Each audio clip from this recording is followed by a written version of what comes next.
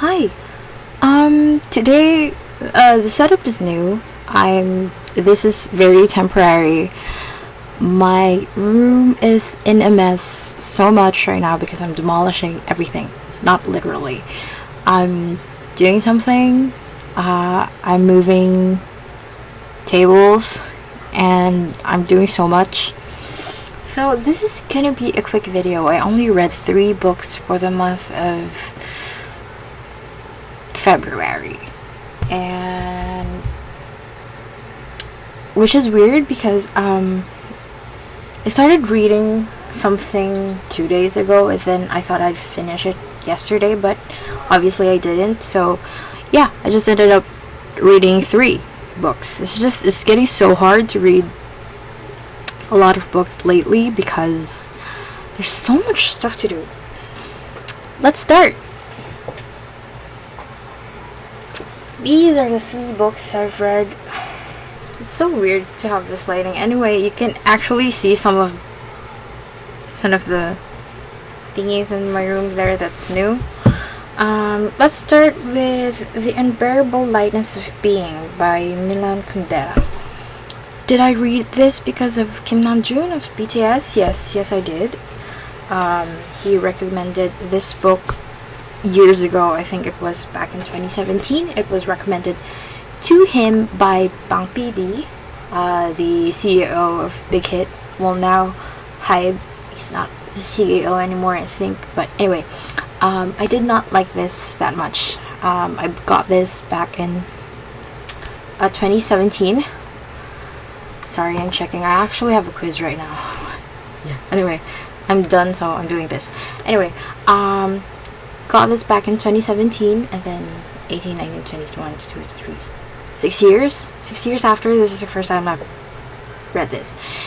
Anyway, I don't know the exact genre of this. I think it's kind of a romance, but not really. More of a political, philosophical something. It made some points, but those points did not penetrate my dumbass mind. Not a good enough reason to use the word penetrate. It's quite hard for me to grasp the philosophical part of it, and I actually had to read some people's thoughts about the book in order to connect with it. It's just, maybe it's not my kind of genre, or it's just, maybe it's also the story itself, because obviously there will be spoilers. This is actually written in third person perspective, which is not new. I've read a couple of third POVs before, but it's just so weird that in some chapters there'd be like fourth wall breaks. So that was the first time I've read something like that. There's like, it's not even an author's note, it's an entire chapter or an entire part of the book that is entirely just fourth wall break, and I catch myself confused sometimes because of that. Maybe also the reason why it's hard for me to like have sparks with the book is because of the romance part of the story. There's a clear hint, not even hint, it's the entire theme. There's an entire theme of this that is about infidelity. They're basically cheating on their partners, their real partners. The characters here have multiple partners and they kind of interact with each other, and I think that's one of the major reasons why this is not going to be in my favorites. There are also lines here that are it's kind of familiar. I should read it from I got notes. There's a part in the book that says, it's actually kind of funny because when I read this, it says, when she told him about her cemetery walks, he gave a shiver of disgust and called cemeteries bone and stone dumps. And honestly, all I can think about was that Fleabag scene where Fleabag jogs in cemeteries, which is kind of funny. I mean, if I had 2 nickels. There's also this line, I don't know how to explain it, but it says, When Teresa came home, it was almost 1:30 in the morning. She went to the bathroom, put on her pajamas, and lay down next to Thomas. He was asleep. She leaned over his face and kissing it, detected a curious aroma coming from his hair. Or not finished. She took a whiff of it. She took a whiff and yet another. Okay. She sniffed him up and down like a dog before realizing what it was. The aroma of a woman's sex organs. Do you know how surprised I was upon reading that? And it wasn't mentioned once. It happened like 3 more times. And it catches me off guard every single time. But, one of my favorite lines probably be... Okay. We can never know what to want because living only one life, we can neither compare it with our previous lives nor perfect it in our lives to come. There is no means of testing which decision is better because there is no basis of comparison. We live everything as it comes without warning, like an actor going on cold. And what can life be worth if the first rehearsal for life is life itself? I think that's... I'm only assuming, but I think that's one of the lines that Namjoon like connected with. Like, oh shit, I like that. There are more lines. Okay, I actually don't know which pages there are, but I dog-eared it, but I don't know which of the pages it is anymore. People usually escape from their troubles into the future. They draw an imaginary line across the act of time, a line beyond which their current troubles will cease to exist.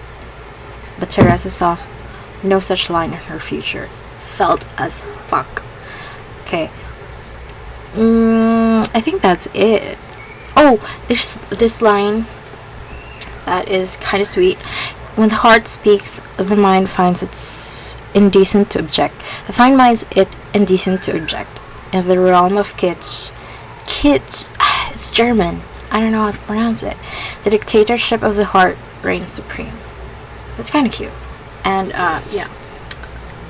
Again, the issue is, like, the infidelity, having multiple lovers. It's not just the male characters, but also the women.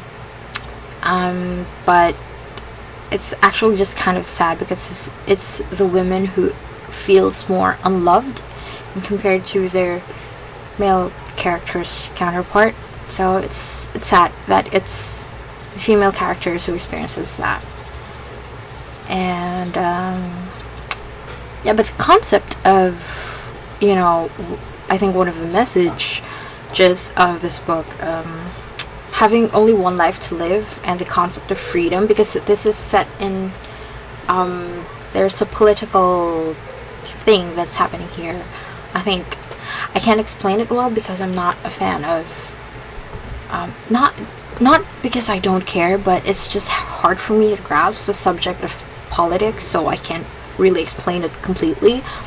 But yeah, I think there's an idea here that I just couldn't match, like, completely.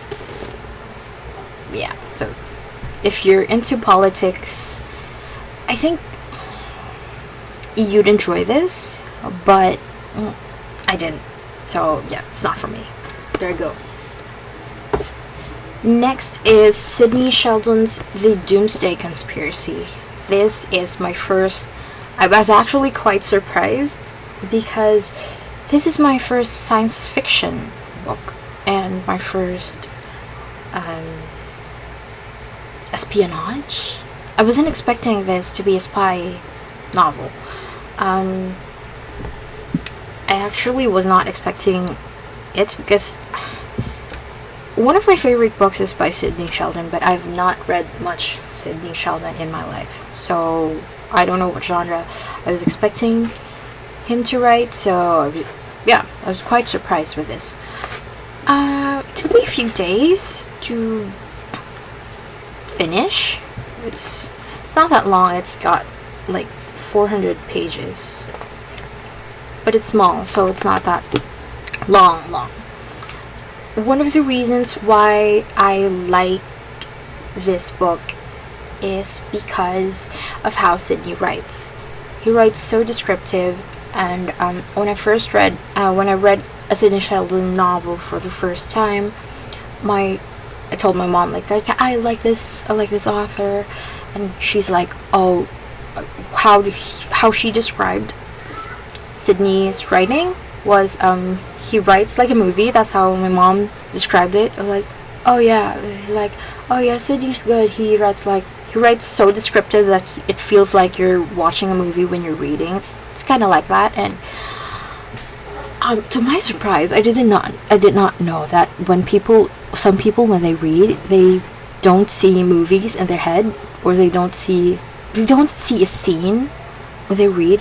They're just literally reading letters out of pages. But when I read, I don't know if it's because when I read, I feel like I'm watching a movie. It's like a movie. What I like about the movies is like they're like a movie. You know, my favorite thing about the movie is like it feels like a movie. But yeah, but I see casts, I see celebrities playing the characters in books, so I don't know if that influences why I like his style of writing, or it's just because he writes so good in my opinion. What I don't like about it, it's like there's a portion of the book, like more than 1/4 of the book, maybe until half of the book, it's quite repetitive. What the main character is doing is just literally the same, because he's on a mission, right? So he needs to finish the mission, and yeah, it's a cycle. It literally just I don't know. That's the weak part of this, I guess. And then by the end, I had no idea what was going on.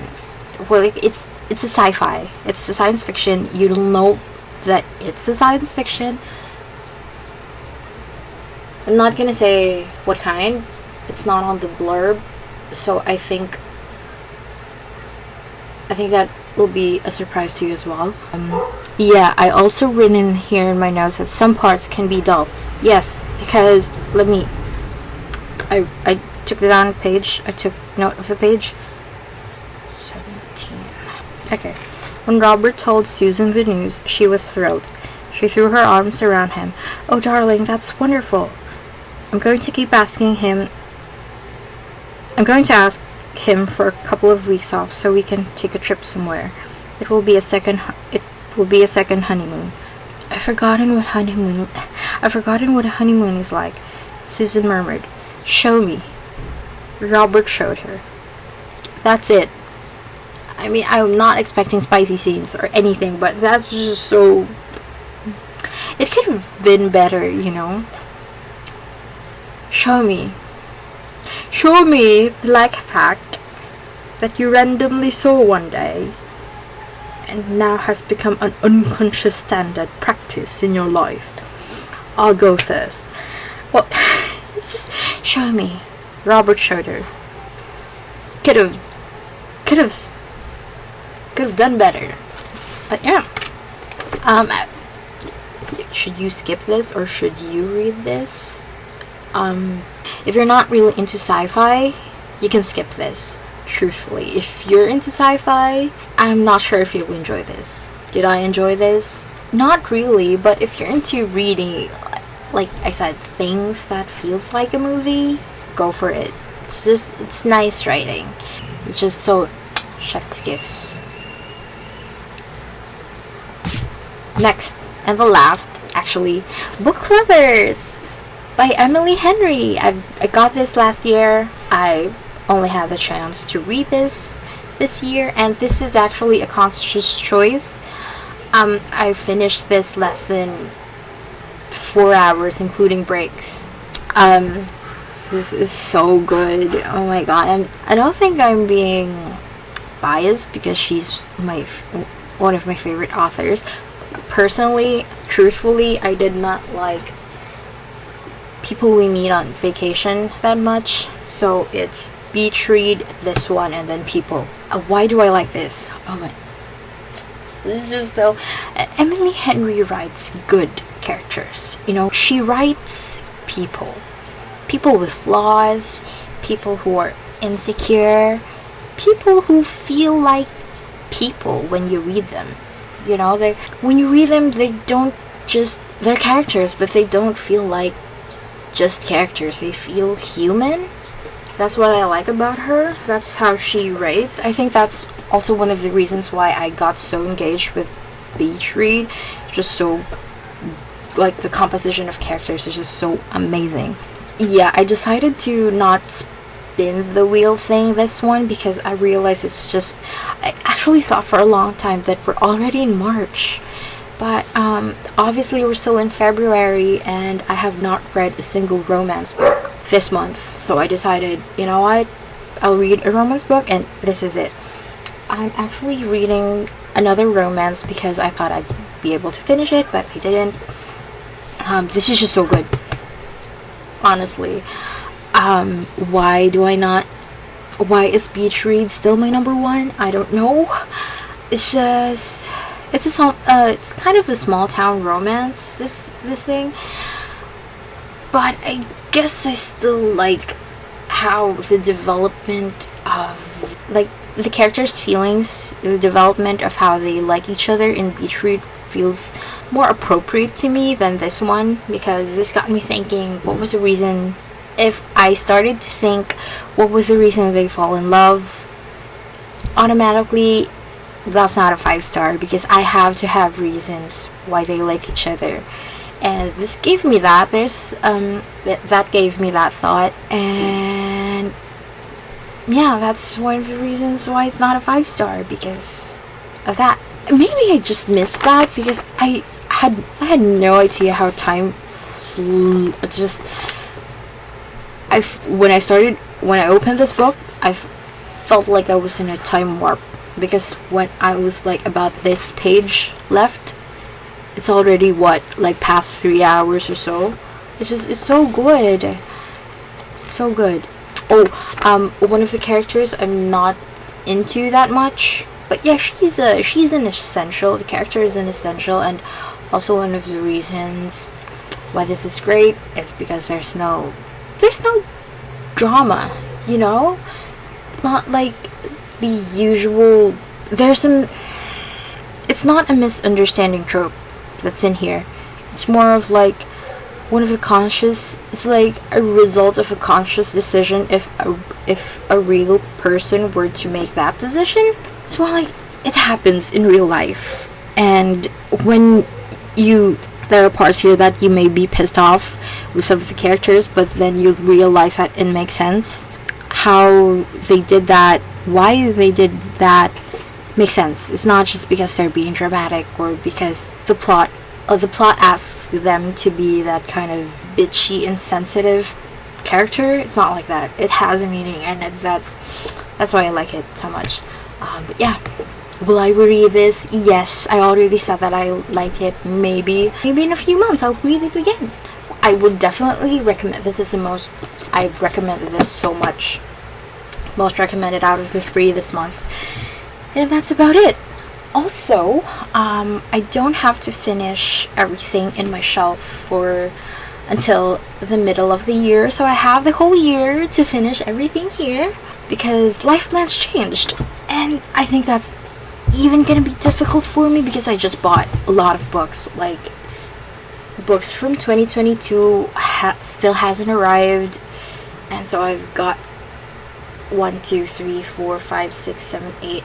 I have 8 here that's from 2022, and that's not all. And I've got new books too, like 1, 2, 3, 4, 5, 6, 7, 8, 9, 10, 11. I've got 11 books new, just bought, because I wanted to do something new. Well, it's not new. I'm reading books recommended by people I like. So that's gonna be sometime this year. I don't know yet. Maybe if all the books arrive, because there's a total of 1, 2, 3, 4, 5, 6, 7, 8, 9, 10, 11, 12, 13. I have 13 books with me, and I'm planning to read 18 for that single thing. Yeah, so I'm trying that. And for the month of March, I will also not be spinning the wheel thing. March is month of women, slay, so I will be reading books about women. But what kind? I don't know. Maybe my favorite genre? I don't know. And I noticed that I have a lot of books that already fit that. So I'm reading new books, but I will also be recommending books that I've already read for next month. So hopefully I get to finish those 3 books. Or maybe I won't finish the book that I'm reading now just to accommodate for the month of March. Because I love women. Not in that kind of sense, actually. I'm the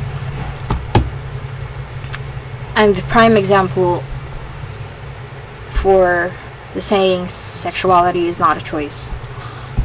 Women are great.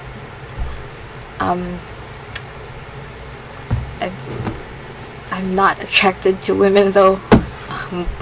Yeah. Sexuality is not a choice. Yeah. I already have 3 books in the queue, so hopefully I'd have time to finish them. Maybe 3 or 4. Thank you for watching. Bye.